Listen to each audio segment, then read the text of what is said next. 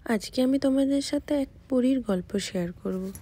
এই যে সেই পরী যেটা আমার 26শে জানুয়ারির রিসেপশনের কাজ ছিল, তোমরা সবাই আগেই ফটো দেখেছো। ব্রাইডের লোকেশনে পৌঁছে গিয়েই আমি কাজ স্টার্ট করে দিয়েছিলাম। এখানে আমি ব্রাইডের স্কিনটাকে প্রিপারেশন করে নিচ্ছি মেকআপ করার জন্য। একে একে ময়শ্চারাইজার প্রাইমার ইউজ করে নিয়েছিলাম। তো তোমাদেরকে বলে রাখি, মেকআপ করার আগে স্কিন প্রিপারেশন করাটা মোস্ট ইম্পর্ট্যান্ট পার্ট।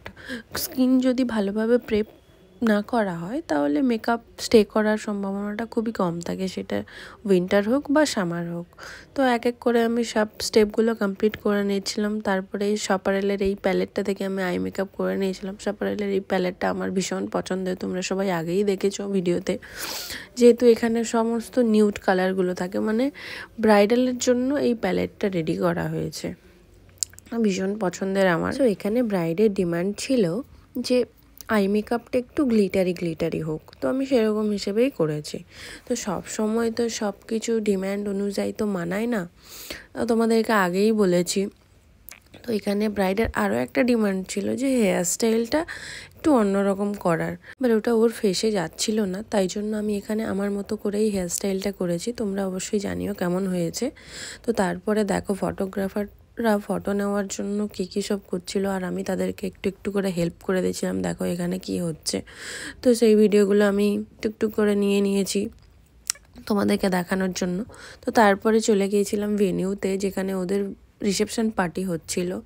এত সুন্দর করে ডেকোরেশন ছিল, আমার তো ভীষণ ভালো লাগছিল। দেখো তোমাদের সাথেও সেটা শেয়ার করলাম, খুব ভালো লাগছিল।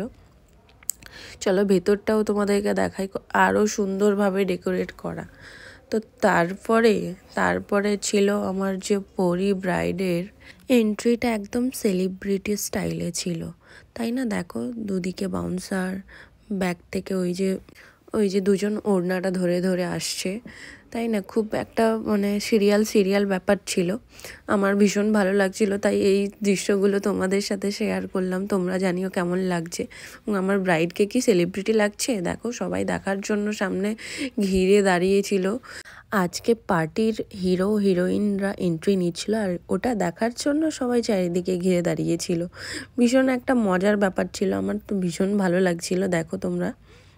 অ্যান্ড তারপরে স্টেজে উঠে এইসব আমার তো ভীষণ ভালো লাগছিল দেখতে খুব।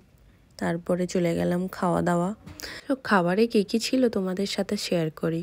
তো এটা ছিল এই যে গোল্ডেন প্রন ফ্রাই, সেটা ভীষণ ভালো ছিল খেতে। তারপরে ছিল এই যে ভেটকির পাতুরিটা অপূর্ব ছিল খেতে, আমার ভীষণ ভালো লেগেছিলো। তারপরে ছিল আমার ফেভারিট মাটন। তো খাওয়া দাওয়া কমপ্লিট করে চলো বাড়ি ফেরার পালা। চলো টাটা, দেখা হচ্ছে পরের ভিডিওতে।